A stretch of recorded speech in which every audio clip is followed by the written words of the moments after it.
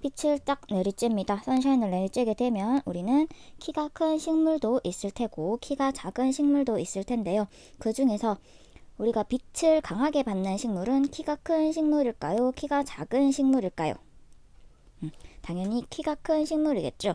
이때 용어 기억해 놓도록 합시다. 빛이 강할 때 잘 자라는 식물은 우리는 식물에서는 양지식물이라고 부를 거고요. 반면에 태양을 피하고 싶어 하는 빛이 약할 때 잘 자라는 식물을 우리는 음지식물이라고 부릅니다. 그래서 우리 양지식물의 대표적인 예로는 늘 푸른 소나무가 있을 테고요. 음지식물 같은 경우에는 참나무가 이 대표적인 예인데 우리 교재에 보면 참나무, 소나무 외에도 여러가지 예시가 옆에 적혀 있죠. 그 예시까지 함께 우리는 기억해 놓도록 하면 되겠습니다. 그러면 우리 식물의 종류, 키가 큰 식물과 작은 식물들에 대해서 비교를 해서 살펴봤다면 우리는 식물의 잎에 대해서도 빛의 세기에 따라 달라지기 때문에 살펴보도록 할 겁니다. 우리 쌤 빨간색 글씨로 크게 적어놨는데요. 뭐라고 적혔죠? 한 개체에서도 빛의 세기에 따라 잎에 뭐가 달라진다? 두께가 달라진다 라고 했습니다. 우리는 그래서 식물의 잎의 두께를 어떻게 달라지는지 살펴볼 건데 매 한 가지로 해가 빛을 내리쬐고 있습니다. 이때 한 개체 내에서도 달라지게 되는데 세기에 따라 우리가 빛이 딱 내리쬐었을 때는 우리 위쪽 부분이 빛이 강할까? 아래쪽 부분이 빛이 강할까? 당연히 위쪽 부분이 강하게 되고요.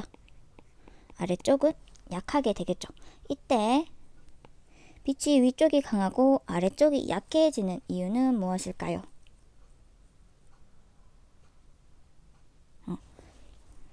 잘 모르겠죠. 우리가 빛을 내리쬐면 식물은 뭘 하죠? 강합성이라는 것을 하게 될 텐니다. 강합성이라는 일을 하게 될 텐데 이때 강합성을 하게 되면서 위쪽에서 대부분의 빛을 흡수해 버리기 때문에 상대적으로 아래쪽은 빛의 세기가 약해지게 되고요. 우리 이 빛이 강할 때를 우리는 양엽이라고 부르고요. 약할 때 잎을 우리는 음엽이라고 부르게 됩니다. 그러면 연이어서 우리 양엽과 음엽에 대해서 비교를 한번 해볼 텐데요. 그 전에 우리는 잎의 단면 구조부터 먼저 살펴보고 비교를 해보도록 합시다. 우리 잎의 단면 구조에서는요. 여러 가지가 있지만 크게 세 가지만 살펴보도록 할 겁니다. 첫 번째는 표피 조직이고요. 두 번째는 울타리 조직, 세 번째는 해면 조직을 살펴보도록 할 건데요. 우리 각각의 기능을 먼저 살펴보도록 합시다. 표피 조직 같은 경우에는요. 우리 1학기에 배웠던 내용이었던 세포벽의 기능과 매우 유사합니다. 우리 세포벽의 기능이 뭐였는지 기억하는 친구들 있나요? 표피 조직 같은 경우에는요. 외부로부터 날아오는 먼지나 오염된 물질로부터 잎을 보호하는 역할을 하게 되고요. 또한 우리가 잎을 살짝 건드렸을 때 잎의 모양이 변형이 되면 안 되겠죠. 그렇기 때문에 잎의 형태를 유지시켜주는 역할을 하게 됩니다. 됐죠? 그러면 두 번째로 우리 표피 조직 바로 아래쪽에 위치하고 있는 울타리 조직을 살펴보도록 합시다. 울타리 조직과 해면 조직 같은 경우에는요. 둘 다 엽록체를 가지고 있습니다. 그렇기 때문에 녹색깔의 색깔을 띠게 되는데 울타리 조직 같은 경우에는 방금 선생님이 표피 조직 바로 아래에 있다고 했어요. 그렇기 때문에 표피 조직을 통해서 우리가 빛이 들어온다고 예상을 했을 때 울타리 조직 같은 경우에는 빛의 세기가 어떨까요? 빛의 세기가 강하겠죠. 강하기 때문에 엽록체가 빼곡하게 존재하게 됩니다. 이때 엽록체가 빼곡하게 존재하기 때문에 우린 울타리 조직을 다른 말로 책상 조직이라고도 부르게 되고요. 엽록체가 매우 빼곡하게 있기 때문에 강압성이 활발합니다. 반면 해면 조직 같은 경우에는요, 울타리 조직 밑에 위치하고 있습니다. 그렇기 때문에 빛의 세기가 어떨까요? 약하게 되겠죠. 빛의 세기가 약하기 때문에 우리 해면 조직 같은 경우에 우리 스펀지밥 아나요? 캐릭터 스펀지밥을 보면 어떻게 돼 있죠? 형태가 구멍이 뿅뿅 나 있죠. 그렇듯이 엽록체가 흐물하게 존재를 하게 되고요. 약간 빈약한 형태를 지니고 있기 때문에 강압성이 덜 활발하게 됩니다. 우리는 그 중에서 울타리 조직을 좀 더 자세하게 배우게 될 겁니다. 울타리 조직 같은 경우에는 바로 뒤에 음력과 양엽을 비교하게 될 텐데요. 울타리 조직이 음력과 양엽의 두께에 큰 영향을 미치기 때문에 우리는 울타리 조직을 좀 더 초점 맞춰서 기억을 하고 있으면 될 것 같고요. 그럼 바로 우리 아까 배웠던 음력과 양엽에 대해서 비교를 하면서 살펴보도록 합시다. 우리 제일 먼저 약한 빛을 받고 자라는 잎인 음엽부터 살펴보도록 합시다. 음엽 같은 경우에는요, 약한 빛을 받기 때문에 상대적으로 강압성이 덜 활발하게 되고요. 강압성이 덜 활발하기 때문에 울타리 조직은 발달이 미숙합니다. 덜 발달되어 있습니다. 우리 울타리 조직이 아까 잎의 두께를 결정한다고 했죠. 그렇기 때문에 울타리 조직이 덜 발달된 관계로 잎의 두께는 얇게 됩니다. 음력 같은 경우에는 잎의 두께가 얇게 되고요. 잎의 두께가 얇은 가운데 빛을 좀 더 많이 받기 위해서는 우리 면적은 어떻게 돼야 되죠? 면적은 넓어야겠죠. 그래서 음력의 잎의 면적은 넓습니다. 그래서 선생님이 그림을 한번 그려보면요. 두께는 얇은 대신에 잎은 넓은 이런 모양이 되겠네요. 됐죠? 우리가 보통 흔히 볼 수 있는 큰 넓적한 잎이 형태를 생각하면 될 것 같고요. 그럼 반대로 우리 강한 빛에서 자라는 양엽을 살펴보도록 합시다. 강한 빛을 받고 자라는 양엽 같은 경우에는요, 강한 빛이기 때문에 당연히 강압성은 활발하게 되고요. 빛의 양이 많아서 강압성이 활발해지기 때문에 울타리 조직은 매우 발달되어 있습니다. 우리 사진으로 비교해 봤을 때도 양엽 같은 경우에 음엽보다 울타리 조직이 굵은 걸 확인할 수 있겠죠. 울타리 조직이 발달되어 있기 때문에 잎의 두께는 역시나 영향을 받아서 두꺼워지고요. 여기서 양엽의 잎의 면적은 좁다라고 나와 있는데요. 우리가 잎의 면적이 넓으면 두께가 두꺼운 만큼 빛을 더 많이 받을 수 있는데 왜 양엽 같은 경우에는 잎의 면적이 좁게 될까요? 그 이유는 우리 잎은 강합성, 빛을 받으면 강합성이라는 것을 하게 됩니다. 그죠? 이런 강합성은 일종의 물질 대사를 한다라고도 이야기할 수 있는데, 이때 물질 대사를 촉진시키는, 물질 대사를 활발하게 할 수 있는, 촉진시키는 효소의 작용이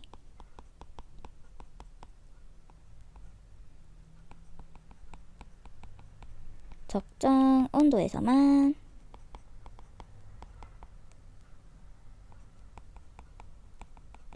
발생하기 때문에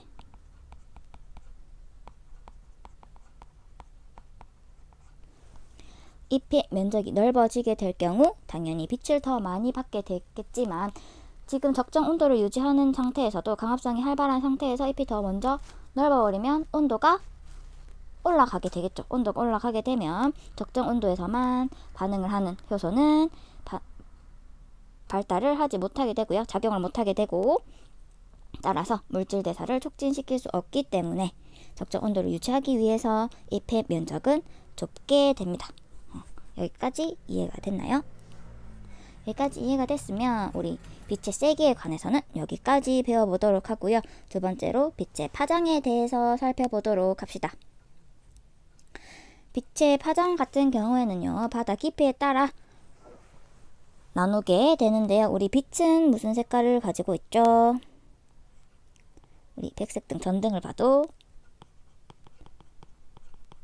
흰색인 백색광을 띠고 있죠. 이런 백색광을 이제 프리즘에 통과시키면 형형색색의 무지개 색깔이 나오게 될 텐데, 이 무지개 색깔 중에 우리는 딱 세 가지, 적색광, 황색광, 청색광만 살펴보도록 할 겁니다. 먼저 우리 파장에 따른 길이를 살펴보도록 할 건데요. 혹시나 여러분이 파장을 안 배웠을까봐 선생님이 그려왔습니다. 색깔별로 파장의 길이를 그려왔는데, 이 그림을 보고 다 같이 옆에 있는 내용을 채워보도록 합시다. 우리 적색광은 파장의 길이가 어떻죠? 길죠. 길고요. 황색광 같은 경우에는 중간 정도 될 거고, 청색광은 파장의 길이가 짧은 것을 확인할 수 있을 겁니다. 됐죠? 이때 에너지를 또 살펴볼 건데요. 에너지 같은 경우에는요, 파장의 길이와 반비례적인 관계를 가지고 있다고 보통 이야기를 합니다. 그렇기 때문에 길이가 길수록 에너지는 작게 되는데요. 그럼 적색광은 에너지가 어떻게 될까요? 길이가 기니까 에너지가 작겠죠. 황색광 같은 경우에는 당연히 중간이 될 거고요. 청색광은 파장 길이가 짧기 때문에 에너지는 클 겁니다. 에너지가 작다, 중간, 크다 라고 했으면 우리 수심도 살펴보도록 합시다. 에너지가 작으면 수심은 어떻게 될까요? 바닷속으로 들어가는 깊이는 에너지가 작기 때문에 많이 들어가지 못하겠죠. 얕을 거고요. 황색광은 중간 정도 될 거고, 에너지가 무지막지하게 큰 청색광은 에너지가 크기 때문에 많이 들어가겠죠. 바닷속으로 깊이 들어갈 수 있습니다. 그래서 옆에 우리 아까 이렇게 적은 거 바탕으로 그 사진을 살펴보면 적색광, 황색광, 그리고 청색광까지 들어가는 깊이에 따른 광량을 체크할 수가 있습니다. 됐죠? 그래프 확인해 봤으면 우리 그럼 이런 깊이에 따라서 어떤 생물들이 살고 있는지 살펴보도록 합시다. 우리는 이 생물을 살펴보기 전에 먼저 미술 시간에 배웠던 보색 관계에 대해서 먼저 이해를 하고 살펴보도록 할 건데요.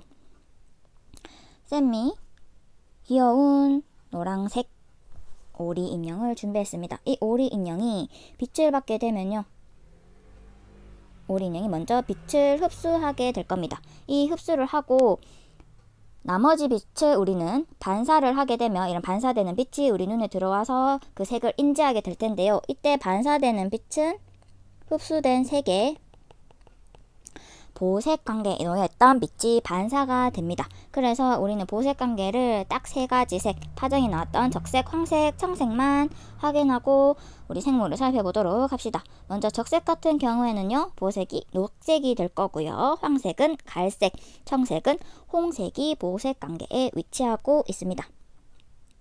그래서 우리 옆으로 넘어가서 사진을 확인해 봤을 때 먼저 청색부터 봅시다. 청색광이 바닷속 깊이 파장을 뚫고 들어갑니다. 그렇다면 청색을 쏘게 되면 우리 바닷속에는 무슨 색이 흡수가 될까요? 청색광에는 청색이 물속에 흡수가 되겠죠. 그리고 우리는 반사되는 빛을 확인해 볼 건데요. 청색이 흡수되었으니까 보색 관계인 무슨 색이 반사가 될까? 홍색이 반사가 되겠죠. 홍색이 반사가 되면서 이제 바닷속 깊이 들어갈 수 있는 청색광을 따라 깊이 있는 쪽에는 우리 홍조류가 많이 분포를 하고 있다는 걸 우리 눈으로 확인할 수 있습니다. 그래서 홍조류 같은 경우에는요, 예시가 우뭇가사리가 있는데요. 우뭇가사리를 이제 가공을 하고 하면 옆에 보이는 유튜버가 먹고 있는 하얀 투명한 묵이 이 우뭇가사리 홍조류의 예시가 될 수가 있고요. 두 번째로 봅시다. 황색광을 만약에 쐈습니다. 황색광을 쌀 경우 황색이 흡수가 될 거고요. 보색 관계인 갈색이 반사가 될 텐데, 요 갈조류 같은 경우에는요, 예시로 요 목에 감긴 거를 자세히 봅니다. 목에 감긴 게 뭐로 보이나요? 미역으로 보이죠? 요 미역이 갈조류의 한 예시가 될 거고요. 마지막으로 적색을 쏩니다. 적색광을 딱 쐈을 때 물에는 적색이 흡수가 되고요. 반대로 보색광인 녹색이 반사가 되면서 우리 눈에는 녹조류가 얕은 곳에 많이 분포한다라고 예측을 하고 있고요. 녹조류 같은 경우에는 파래, 핵함, 그리고 우리가 연못 같은 곳에 많이 볼 수 있는 자주 떠있는 녹조류의 형태인 볼복스가 요 녹조류에 해당이 됩니다. 됐죠? 그러면 우리 파장까지도 벌써 다 했습니다. 그럼 마지막으로 우리 빛의 시간에 따른 1조 시간에 따른 식물의 개화 시기를 볼 건데요. 그 전에 먼저 동물과 식물에 대해서 잠깐 비교하고 우리 개화 시기를 자세히 살펴보도록 합시다. 먼저 동물 같은 경우에는요. 성호르몬의 분비에 영향을 미치게 되면서 생식 주기를 조절하게 됩니다. 그러므로 우리가 개구리나 곰 같은 경우에 겨울잠을 유도를 하는데 우리 시간이 동물한테 미치게 되고요. 식물 같은 경우에는요. 우리 뒤에서 좀 더 자세하게 배울 꽃의 개화 시기나 결실에 영향을 미치게 되는데 우리는 요 개화를 좀 더 자세하게 살펴보도록 합시다. 개화 같은 경우에는요. 또 새로운 단어가 나타납니다. 장일 식물과 단일 식물인 용어를 좀 기억해 놓도록 하고요. 요 일자는요. 해를 의미합니다. 그렇기 때문에 장일이라고 했을 때는 해가 길다라고 이해를 하면 되고요. 단일 같은 경우에는 해가 짧다라고 이해를 하고 있으면 되겠습니다. 그래서 우리 옆에 있는 표를 다 같이 한번 채워 넣어 보도록 합시다.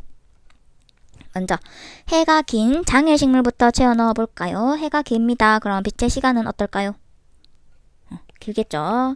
빛의 시간은 길게 될 거고요. 빛의 시간이 길다는 건 낮의 길이가 길다라는 것을 의미하겠고 우리는 24시간 하루가 일정합니다. 시간이. 그렇기 때문에 낮이 길게 되면 반대로 밤의 길이는 짧다라는 것을 알 수가 있겠네요. 그러면 단일 식물도 봅시다. 단일 식물에는 해가 짧아요. 해가 짧다는 건 빛의 시간이 짧다라는 것을 의미를 하게 되겠고요. 빛의 시간이 짧다는 건 낮의 길이가 동일하게 짧다라는 것이고 반대로 밤의 길이는 길게 되겠죠. 그러면 우리 장일 식물과 단일 식물의 계절도 한번 살펴봅시다. 우리 낮이 길고 밤이 짧은 계절은 보통 어느 사계절 중에 어느 계절을 보통 그렇게 부르나요? 봄에서 여름 되겠죠.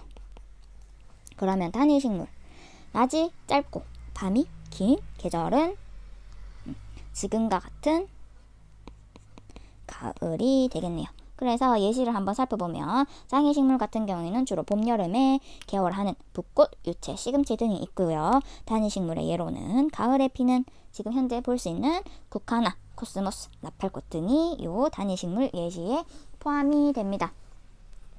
우리는 이렇게 표를 한번 채워봤는데 뒤에 문제를 통해서 한 번 더 확인하겠지만 요 밤의 길이에 좀 더 집중을 하고 문제를 풀면 좀 쉽게 풀 수가 있을 겁니다. 요거 꼭 기억해 놓고요.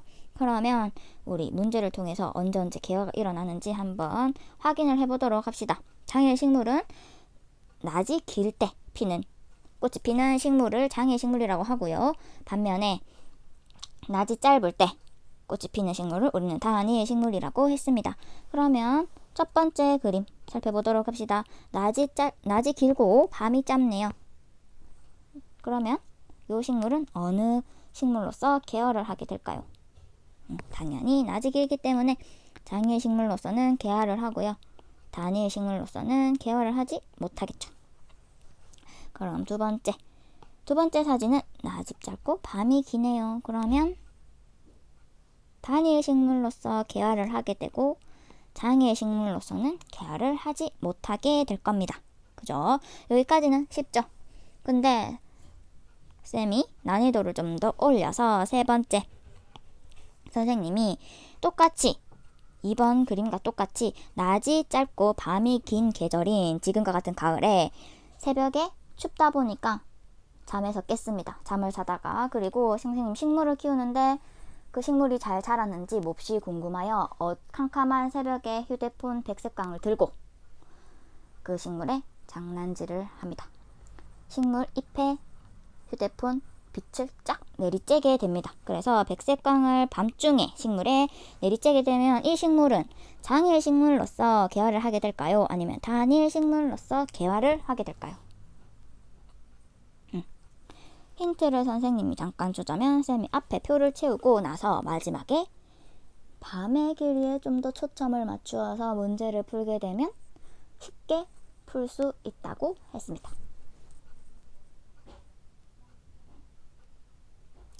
요 정답 같은 경우에는요, 장일 식물로서 꽃이 피게 되고요, 단일 식물로서는 개화를 하지 못하게 됩니다. 만약에 백색광을 딱 내리쬐게 되면 그 이유인 즉슨 우리 식물은 멍청하기 때문에 선생님이 장난을 친다고 휴대폰 백색광을 식물 잎에 밤중에 식물 잎에 내리쬐게 되면요, 그 이전의 시간은 낮으로 인식을 하게 됩니다. 그렇기 때문에 백색광을 낮으로 인식하기 때문에 최근에 존재하게 되는 밤의 길이에 따라서 이 식물이 개화 시기가 바뀌게 되는데요. 우리 최근의 밤의 길이는 기나요, 짧나요? 백색광 후에 밤의 길이는 짧죠? 최근에 있는 밤의 길이는 짧아요. 밤의 길이가 짧다는 건 낮의 길이는 길다는 거겠죠. 낮의 길이가 길 때 개화를 하는 식물은 그럼 장일 식물이 되겠죠. 그렇기 때문에 단일로서는 개화를 하지 못하게 되고요, 장일 식물로서 이 식물은 개화를 하게 되는 것입니다. 여기까지 이해가 됐나요? 그러면 오늘은 여기까지